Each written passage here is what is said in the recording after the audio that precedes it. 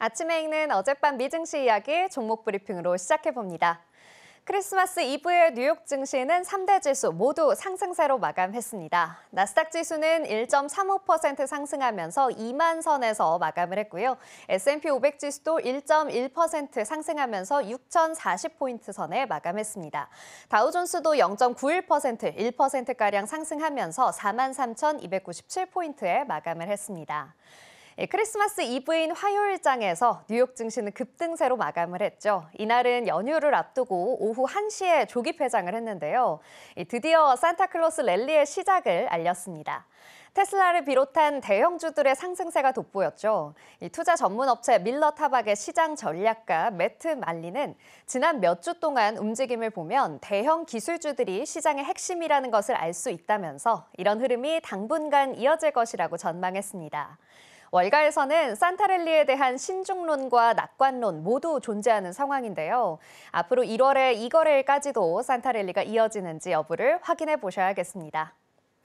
미 10년물 국채금리는 소폭 하락하며 마감했습니다. 0.17% 하락하면서 4,591%로 마감을 했고요. 필라델피아 반도체 지수는 1.07% 상승하며 마감했습니다. 5,174포인트 만들어냈습니다. WTI는 0.09% 약보합으로 마무리하면서 배럴당 70.10달러에 마무리했습니다. 자, 이어서 M7 종목들도 살펴보겠습니다. 일제히 상승세 보였는데요. 애플은 1.15% 상승하면서 258.2달러에 마무리했습니다.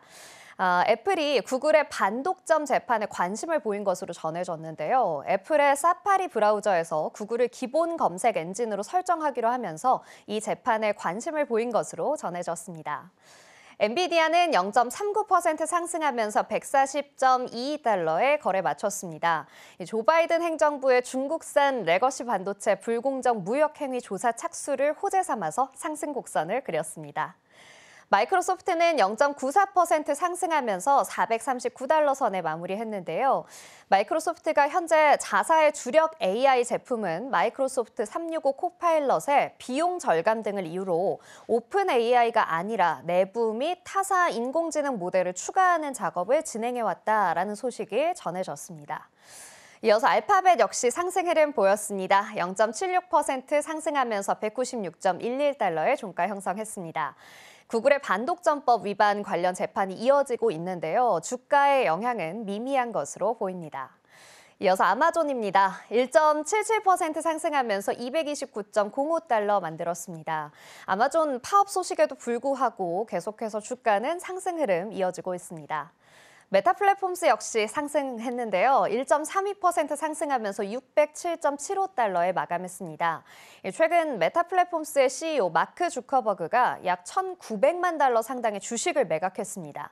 이번 거래는 회사 내부자가 주식 매도 일정을 미리 정해서 거래 활동의 투명성을 더할 수 있도록 하는 사전 계획에 따라 진행됐습니다. 이어서 테슬라 급등하는 흐름 보였죠. 7.35% 상승하면서 426.25달러에 마감했습니다. 시가총액이 1조 4천억 달러에 다가서면서 메타의 시총을 앞질렀습니다. 한편 텍사스주의 일론 머스크의 우주항공 분야 기업인 스페이스X가 새 지방자치단체 구성을 위한 서명과 함께 청원을 제출했는데요. 이 소식은 잠시 후 글로벌 이슈에서 자세히 다뤄보겠습니다. 이어서 투데이 핫스탁입니다. 첫 번째 종목은 테슬라입니다. 무려 7.35% 상승했다는 소식 앞에서도 이야기 드렸는데요.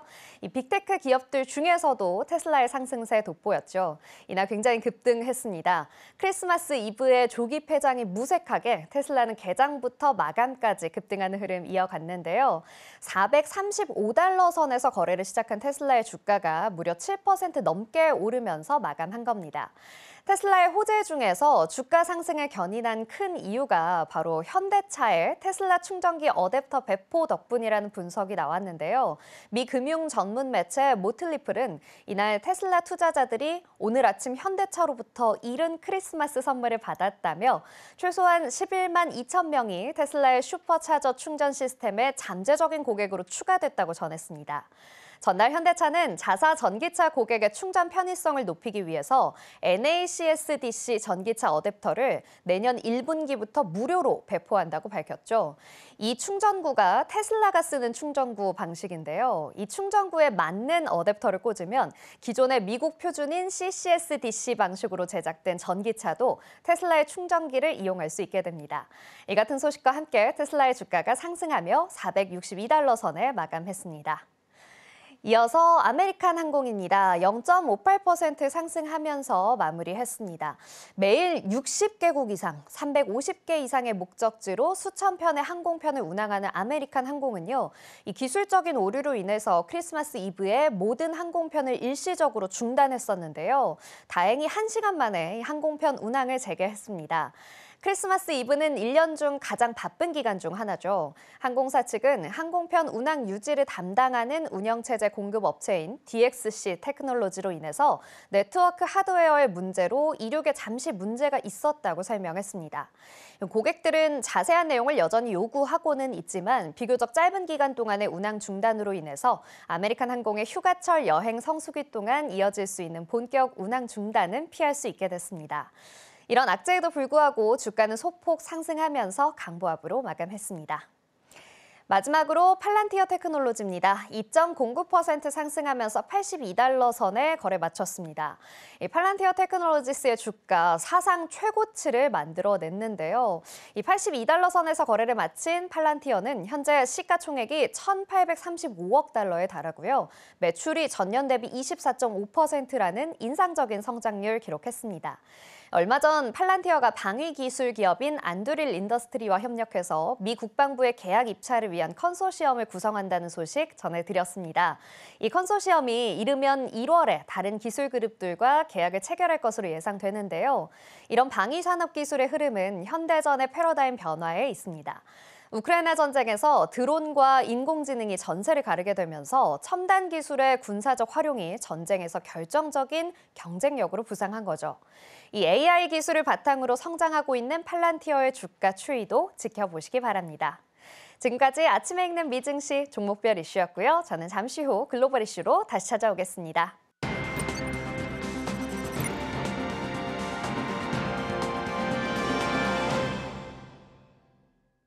오늘 아침 빼놓을 수 없는 글로벌 이슈 쉽게 읽어드립니다. 아침에 읽는 어젯밤 미증시 이야기, 어떤 이슈들이 있었는지 함께 살펴보겠습니다.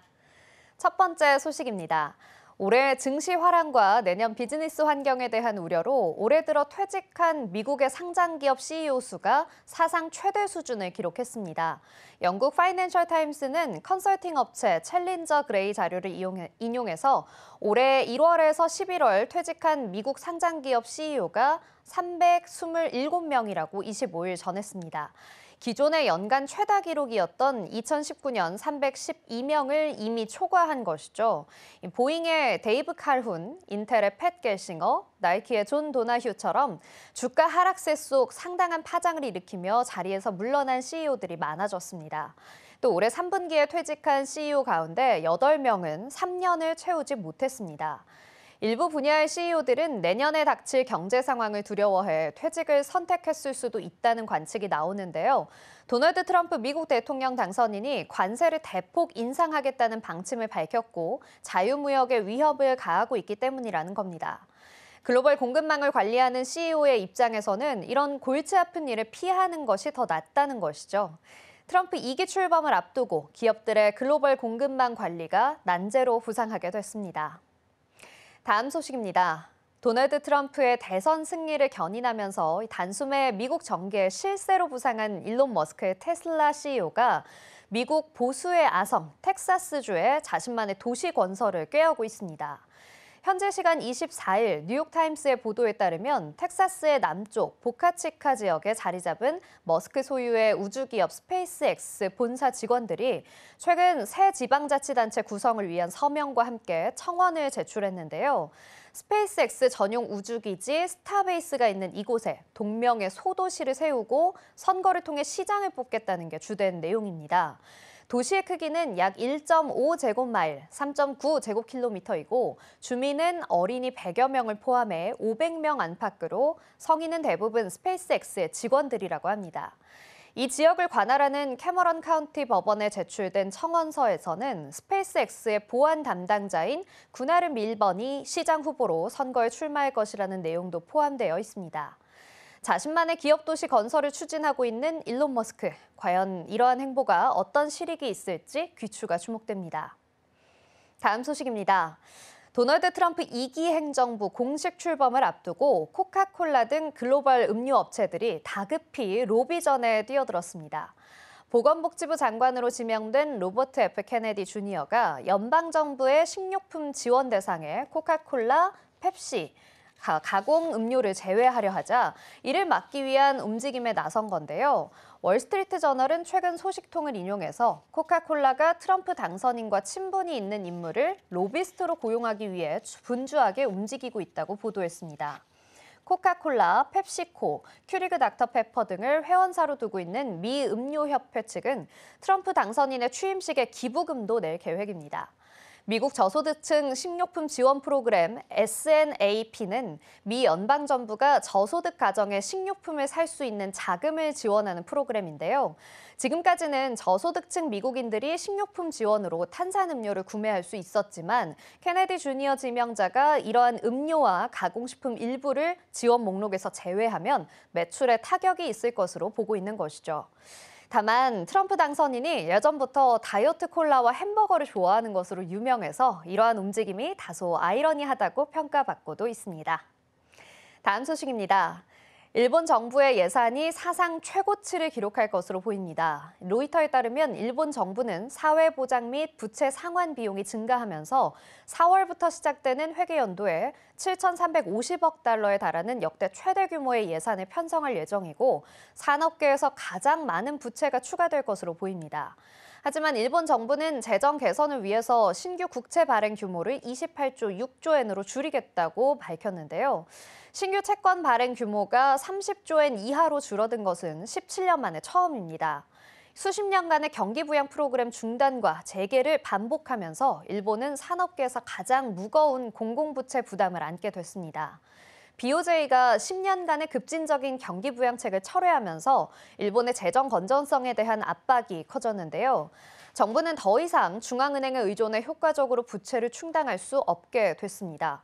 BOJ는 3월에 마이너스 금리를 종료하고 7월에 단기 정책 목표를 0.25%로 인상했습니다. 예산안은 금요일에 이시바 시게루 총리의 내각에서 승인되어서 내년 초에 심의를 위해 의회에 제출될 것으로 예상됩니다. 마지막 소식입니다. 중국이 연간 경제 성장률 목표와 이를 뒷받침하는 경기 부양책을 공개하는 전국 인민대표 대회를 내년 3월 5일 베이징에서 개최하기로 했습니다. 25일 중국 관영 신화통신에 따르면 14기 전인대 상무위원회는 지난 21일 시작돼 이날 폐막한 제13차 회의에서 이 같은 전인대 3차 연례회의 개막 일정을 확정했다고 밝혔습니다. 전인대 연례회의는 중국 최대 정치 행사인 양회의 양대 축 중 하나로 그해 중국 정부의 경제 운용 방향과 예산안 등을 공식적으로 확정하는 회의인데요. 특히 중국 안팎에서 모두 관심이 큰 당해년도 경제 성장률 목표치가 제시됩니다. 로이터 통신은 지난주 중국 지도부가 내년 성장률 목표를 5% 안팎으로 유지하면서 재정 적자 목표는 GDP의 4%로 올해 3%보다 높게 설정하기로 했다고 보도했는데요. 로이터는 또 중국이 경기 부양책 강화 차원에서 내년에 사상 최대 규모인 3조 위안 상당의 특별구체를 발행하기로 했다고 전했습니다. 중국의 경기 부양책과 미국의 관세 정책 등 이 글로벌 경제 상황에 대해 꾸준히 체크해 보셔야겠습니다. 지금까지 아침에 읽는 어젯밤 미증시 글로벌 이슈였습니다. 지금 바로 구독을 눌러보세요. 실시간 경제 뉴스, 투자 전문가들의 다양한 시황과 정확한 분석, 또 알찬 투자 정보까지 신뢰할 수 있는 저희 서울경제TV와 함께하세요.